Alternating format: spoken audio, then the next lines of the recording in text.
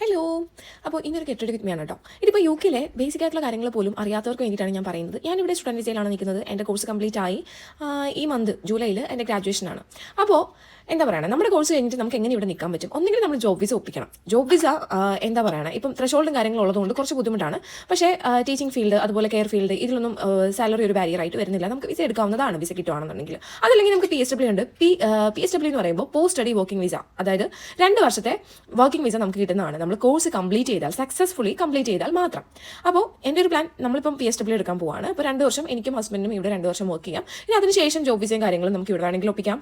അതല്ലാന്നുണ്ടെങ്കിൽ നമുക്ക് പുറത്തോട്ട് മൈഗ്രേറ്റ് ചെയ്യാനാണ് പ്ലാനെങ്കിൽ നിങ്ങൾക്ക് പുറത്തോട്ട് മൈഗ്രേറ്റ് ചെയ്യാം. കാര്യം ഇവിടുത്തെ നമ്മുടെ ഒരു ഡിഗ്രിയും നമ്മൾ ആ കോഴ്സ് കംപ്ലീറ്റ് ചെയ്ത് സർട്ടിഫിക്കറ്റും അതുപോലെ തന്നെ നമ്മുടെ ഇവിടുത്തെ എക്സ്പീരിയൻസ് ഒക്കെ വെച്ചിട്ട് നമുക്ക് ഈസി ആയിട്ട് പുറത്തോട്ട് വേറെ എവിടെയെങ്കിലും ലൈക്ക് ഓസ്ട്രേലിയ പോലുള്ള സ്ഥലങ്ങളോട്ടൊക്കെ മൈഗ്രേറ്റ് ചെയ്യാൻ പറ്റുന്നതാണ്. ഞങ്ങളുടെ പ്ലാൻ അതാണെന്നല്ല ഞാൻ പറഞ്ഞത്. ഞാൻ ഇങ്ങോട്ട് വരാനിരിക്കുന്നവർക്കുള്ള ഒരു മോട്ടിവേഷൻ എന്നുള്ള ഒരു നിലയ്ക്കാണ് ഞാൻ പറഞ്ഞത് കേട്ടോ. അപ്പോൾ അത്രയേ ഉള്ളൂ. ഞാൻ റെഡി ആയി പോയിട്ട് വരാം.